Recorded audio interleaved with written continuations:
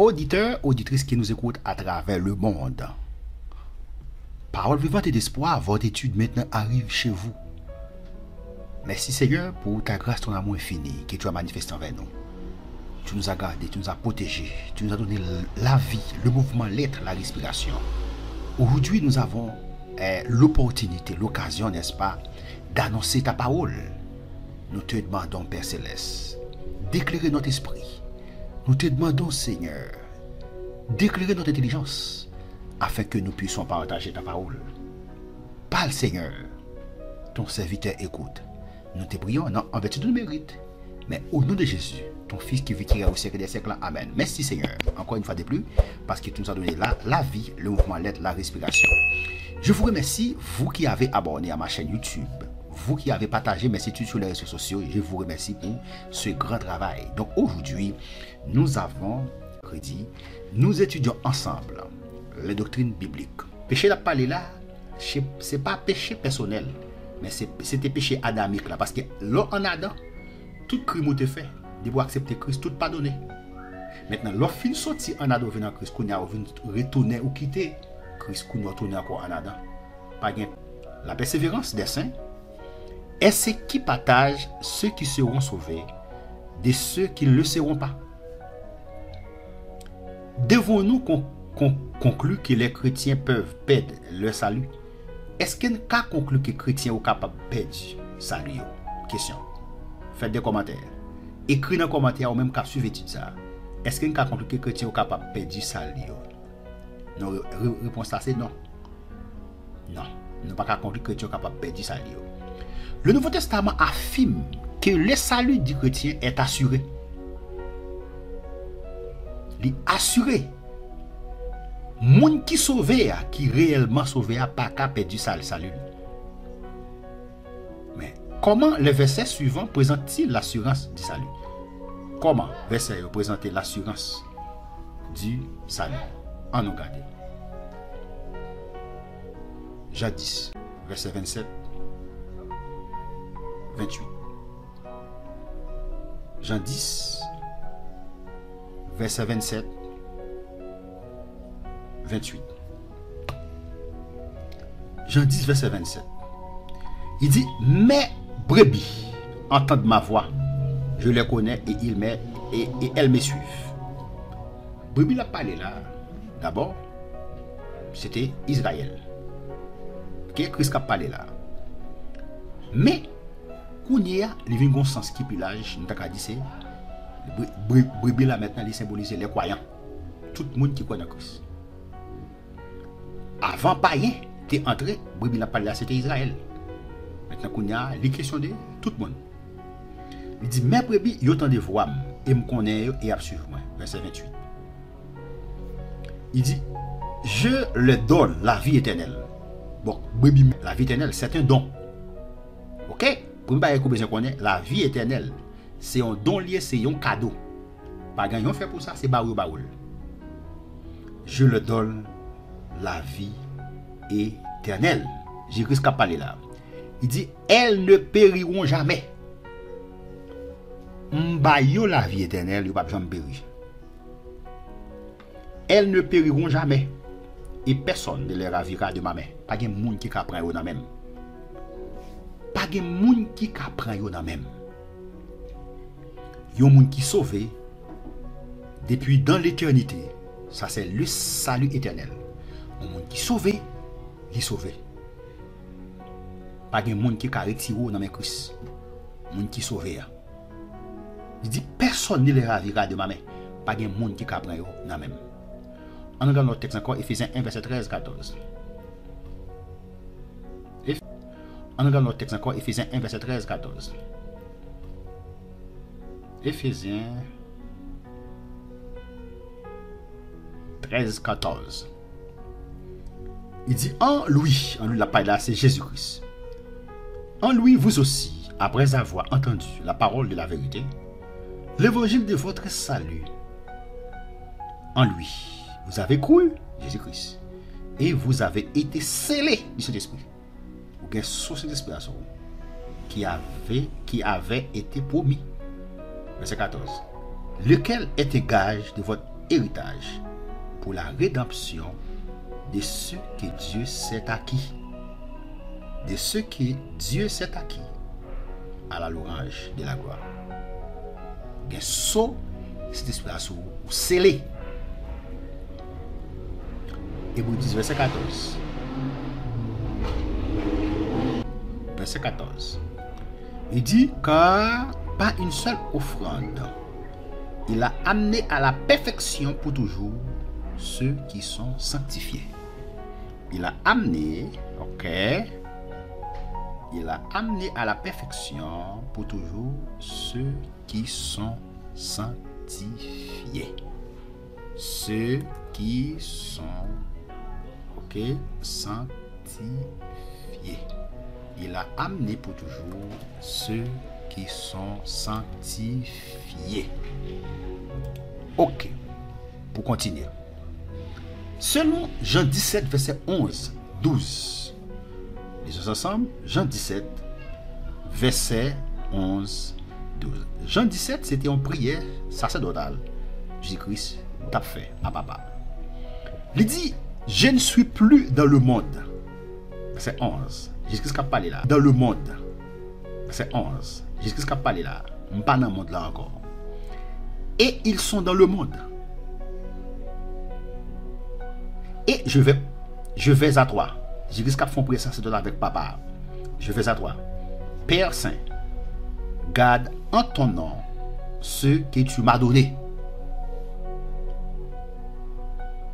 afin qu'ils soient un comme nous. C'était disciples. Nous concernons tout. Il dit, garde en ton nom ceux que tu m'as donnés, afin qu'ils soient un comme nous. Verset 12. Lorsque j'étais avec eux dans le monde, ouais, tu as prié pour disciples, et je les gardais en ton nom. J'ai gardé ceux que tu m'as donnés. Je gardé sur tes bons moyens. Et aucun d'eux ne s'est perdu. Grâce n'a pas perdu. Sinon, les fils de perdition. Sinon, les fils de perdition, c'est qui est? Afin que l'écriture fût accomplie. Sinon, le fils de perdition, il n'est pas l'autre qui est Judas. Ouais, Judas. Il est sinon, le fils de perdition. Donc, c'est le Jean 17, verset 11-12. Jésus a prié le Père pour les chrétiens. Il a prié papa pour les chrétiens. Ouais, il dit, je ne suis plus dans le monde. Eux sont dans le monde. Et moi, je vais à toi. Père Saint, garde-les en ton nom. Ce nom que tu m'as donné, afin qu'ils soient un comme nous. Lorsque j'étais avec eux, je gardais en ton nom ce que tu m'as donné. Je les ai préservés. Aucun d'eux ne se perdit, sinon les fils de perdition, afin que l'écriture soit accomplie. De quelle manière Dieu garde-t-il les chrétiens véritables? Dans quelle façon bon Dieu garder chrétiens véritables? Qui façon bon Dieu garder chrétiens véritables? On nous garder dans quelle façon bon Dieu garder chrétiens véritables? 1 Corinthiens 1, verset 8-9. 1 Corinthiens 1, verset 8. Il dit, il vous a fait miracle aussi jusqu'à la fin. L'a affermi tout jusqu'à la fin pour que vous soyez irréprochables au jour de notre Seigneur Jésus-Christ. Verset 9. Dieu est fidèle. Les paroles. Lui qui vous a appelé à la communion de son Fils, Jésus-Christ, notre Seigneur. 1 Thessaloniciens 5, verset 23 à 24. Verset 23, il dit que le Dieu de paix vous sanctifie lui-même tout entier. Et que... Waouh. Verset 24. C'est lui qui vous a appelé est fidèle. Et c'est lui qui le fera. C'est lui qui vous a appelé est fidèle. C'est lui qui vous a appelé est fidèle. Il dit que le Dieu de paix vous sanctifie. Il sanctifie nous tout entier, ni corps, non, pensée, non, l'esprit, non, âme, non. Il sanctifie. C'est pour ça, c'est pour vous sans reproche lors de l'avènement de notre Seigneur Jésus-Christ. De quelle manière Dieu garde-t-il les chrétiens véritables? Il garde eux dans la sanctification. Continuez. 2 Timothée 4, verset 18. De Timothée 4, verset 18. Le Seigneur me délivrera de toute œuvre mauvaise. La délivrera de toute bagaille mauvaise. Et il me sauvera pour me faire entrer dans son royaume céleste. Pour me faire entrer dans son royaume céleste. Il me sauvera pour me faire entrer dans son royaume céleste. Ça c'est la glorification. À lui soit la gloire au siècle des siècles. Amen. 1 Pierre 1, verset 3, 5. 1 Pierre 1, verset 3, 5. Il dit, béni soit Dieu. Béni soit Dieu, le Père de notre Seigneur Jésus-Christ, qui, selon sa grande miséricorde, nous a régénérés. Yes, régénérés, non. Pour une espérance vivante, par la résurrection de Jésus-Christ d'entre les morts. Verset 4. Pour un héritage. Pour un héritage qui ne peut ni corrompre, ni pas gâter, ni souiller, ni flétri, lequel vous est réservé dans les cieux. À vous, qui, sens de Dieu, êtes gardés par la foi. Ouais, comment le garder? Ouais. De quelle manière Dieu garde-t-il les chrétiens véritables? Par la foi. Ok? Par la puissance de Dieu, êtes gardés par la foi pour le salut, prêt à être révélé dans les derniers temps. Que Dieu nous bénisse. Alléluia. On continue. Nous devons conclure que le chrétien qui abandonne la foi est dans l'une de ces deux catégories. Chrétien qui abandonne la foi, la Bible dit ça apostasie. Il y a dans deux catégories ça. Chrétien qui abandonne la foi. Soit il n'est pas sauvé, soit il est sauvé. Nous sommes capables de conclure que chrétien qui abandonne la foi, il y a une catégorie ça. Un chrétien qui abandonne la foi, qui quitte ça, il y a une catégorie ça. Ou même qui suivi ça, qui abandonne la foi, ou dans une catégorie ça. Soit il a la foi, ou dans une catégorie ça. Soit il n'est pas sauvé, soit il est sauvé. Soit il n'est pas sauvé, soit il est sauvé, mais égaré. Mais égaré, et Dieu le ramènera à lui avant la fin. L'y sauvé, s'il sauvé, s'il t'est sauvé, même s'il t'a fait abandon de la foi, la retourner. Avant la fin, la retourner. S'il pas te sauvé, il va pas tourner encore. Je conclurai avec eux une alliance éternelle. Je ne me détournerai plus d'eux. Je leur ferai du bien. Et je mettrai ma crainte dans leur cœur, afin qu'ils ne s'écartent pas de moi. Waouh, j'ai mis 32 verset 40. M'a conclu de yo. M'a fait au bien. M'a mette crainte moi dans le cœur pour ne pas écarter de moi-même. Ça me dit là, il est intéressant. Nous sommes capables de conclure que les chrétiens qui abandonnent la foi, il y a une catégorie ça. Soit il n'est pas sauvé, soit il était sauvé, mais il est égaré. Mais égaré. Il était sauvé, mais il est égaré. Parce que Jésus-Christ parlait de ça. Si tu as 100 moutons, il y a un qui sortit dans le pâturage là.